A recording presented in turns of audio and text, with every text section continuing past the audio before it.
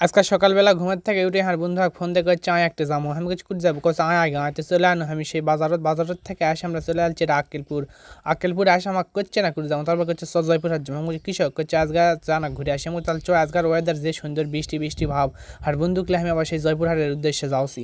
তো যাওয়ার সময় দেখি এত সুন্দর পরিবেশ, এটি হুট করে আবার যে আকাশ মেঘলা আসলো, তারপর হুট করে পানি আসবে লাগিয়েছে। তার বন্ধু কোথাও থামে কানে দাঁড়াতে, আমি আর বন্ধু আর আমি দাঁড়ানোর পর হুট করে আর আমার কাছে চলে আনো। এটি আবার আমাকে বলে জার্সি অর্ডার করেছে, তো আমি জানি না জার্সি লিবে আসবে। তাকে করছে চো তাহলে জার্সি হইলে যাইতে, এটি মার্কেটের নিচে আমরা আনো। আসে ঝিমঝিম কেন আগে পানি হচ্ছে, পানি হচ্ছে আর আমরা ঠিক কিছু খামো না তা তো হয় না। বড় ভাইরা আমাকে ফোন দিয়ে কথা তাই না কালাভুনা খাই আমরা ব্যাকে মিলে। পানির সমতে আমরা ব্যাকে মিলে আবার কালাভুনা খাওয়া গেছি। কালাভুনা খাওয়া যায় দেখি কালাভুনার এত সুন্দর কালার আসছে, দেখেই তো আমার খাওয়ার আগেই মুখের পানি চলে যাচ্ছে।